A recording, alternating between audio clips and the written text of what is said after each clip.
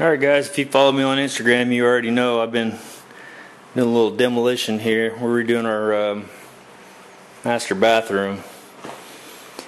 And yeah, I got to tear these walls, so the rest of these out. I've got to cut those pipes loose there and cap those. Those are water for the shower, which that's all getting moved. The shower will be over here. There'll be a tub here. Yeah, we got all kinds of stuff going on. So I'm going to be hopefully just doing this on the weekends, maybe in the evenings as she gets home. But yeah, so she's got it set up to put this stuff up, and we'll have this type of flooring in here. This is ceramic tile, or porcelain tile, my bad. So we ripped all, this was a big garden tub, we ripped all that out. That thing was freaking heavy.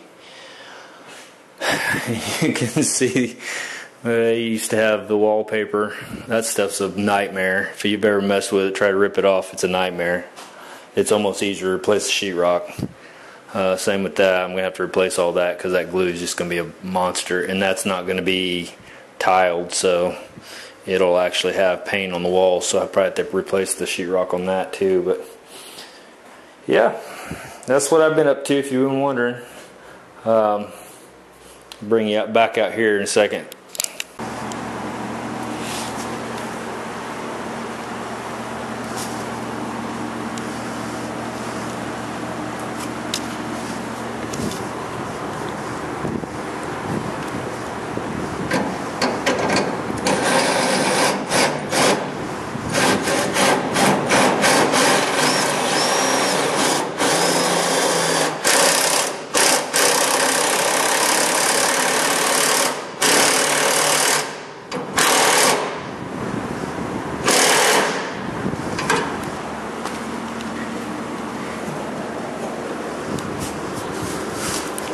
That I've had in there had a pretty good gap, and I still need to do a little bit of tweaking, but I'll show you what I've done under here. You see all these brackets. I welded brackets to the bottom and then took an awl thread and pulled that back that direction in order to pull this gap out of there, which has worked pretty well. And then of course this one here I've got clamped together and pulling it up tight. And of course that needs to be pulled down. But I'm going to play with this a little bit more. What ends up happening is right here in the where this meets together, there's a little lip, kind of a little hill, if you can see that. And this flange is a little bit too long, so it tries to crawl up that. And as it crawls up that, it pulls the metal apart. So what you got to do is come in here and grind this, which I still got to do some more grinding because it's starting to climb again.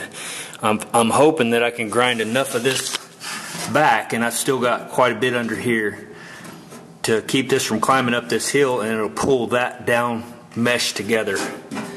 And of course this here was way over here. I don't know if I showed that before or not, but anyway, it had to be pulled together like that. So kind of tweaking a little bit at a time, but yeah, between this and the house project I've been pretty hooked up. So, and I still need to finish Daryl stuff, so that'll be, I've got almost all of that stuff prepped. All I really have to do is clean this area up and go ahead and spray it. So kind of waiting for some pretty days because I don't want that thing kicking on, because when that kicks on, that screws up paint jobs, at least in my experience. So yeah,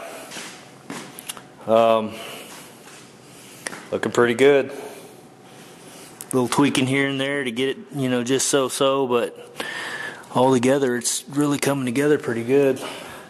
One thing I forgot that I'll have to cut, which I've already scribed a line. I'm going to pull this all back apart as soon as I get this in there where it needs to be and pinned down. Probably drill my 1/8 or 3/16 holes.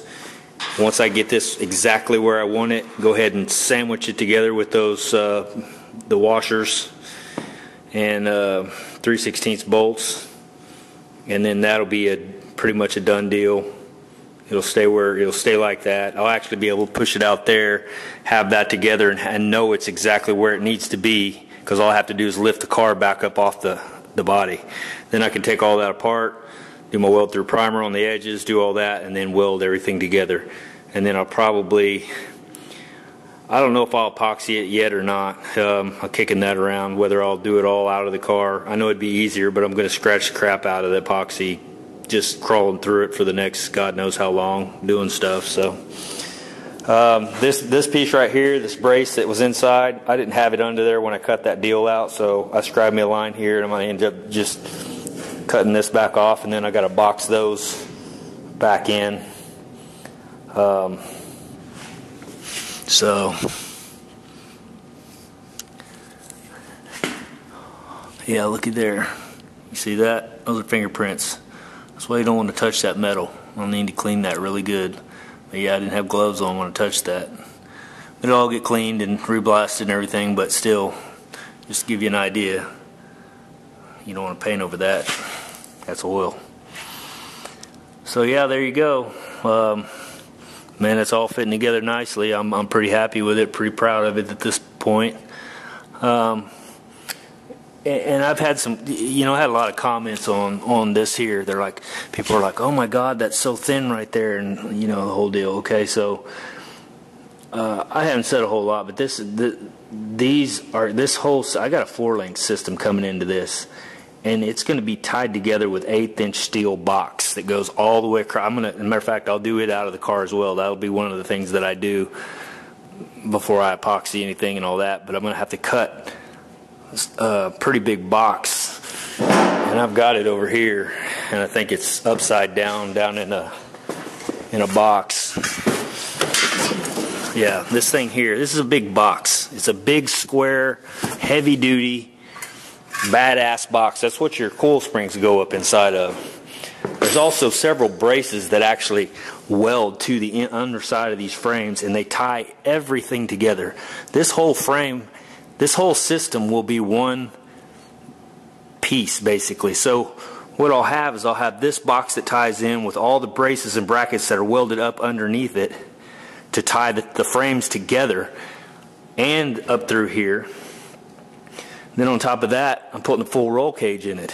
So the roll cage will come down and actually weld to the frame, and this will be subframe connected all the way up through the front. It'll have the roll cage coming through the front. So basically I'll have one big ass roll cage I'll be in a cage basically. This thing will all be tied together. So people are like, man, that's so thin. That thing's like, it seems like it's just gonna, I'm like, no, there's more to it than that. If you just did the mini tubs, I guess, yeah. And even still at that, this back here is not doing a whole lot. Your strength and stuff's going to be more up here, but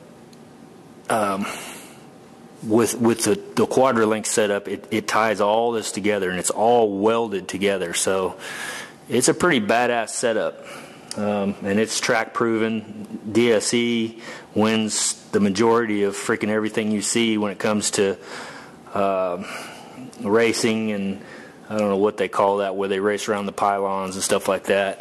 I want to road race this. I don't care so much about the racing around the pylons, but I think I told you guys this. We have a track called Hallett not too far from my house, and I'd love to take this up every, I don't know, once a month or so, and just take it out there and play with it on the track. So I definitely plan on driving this, and that's why I'm putting a full cage in it. And so yeah, it'll be one tied together car. So you guys are all worried about those little thin ass rails, don't, because it's going to be a whole different animal when you see it here in next year or so, however long it takes me to get all this done. What else? I think that's it. Not a whole lot of progress here, but just getting this floor set up to where I can go ahead and put my bolts and washers down, kind of like I did back there on those.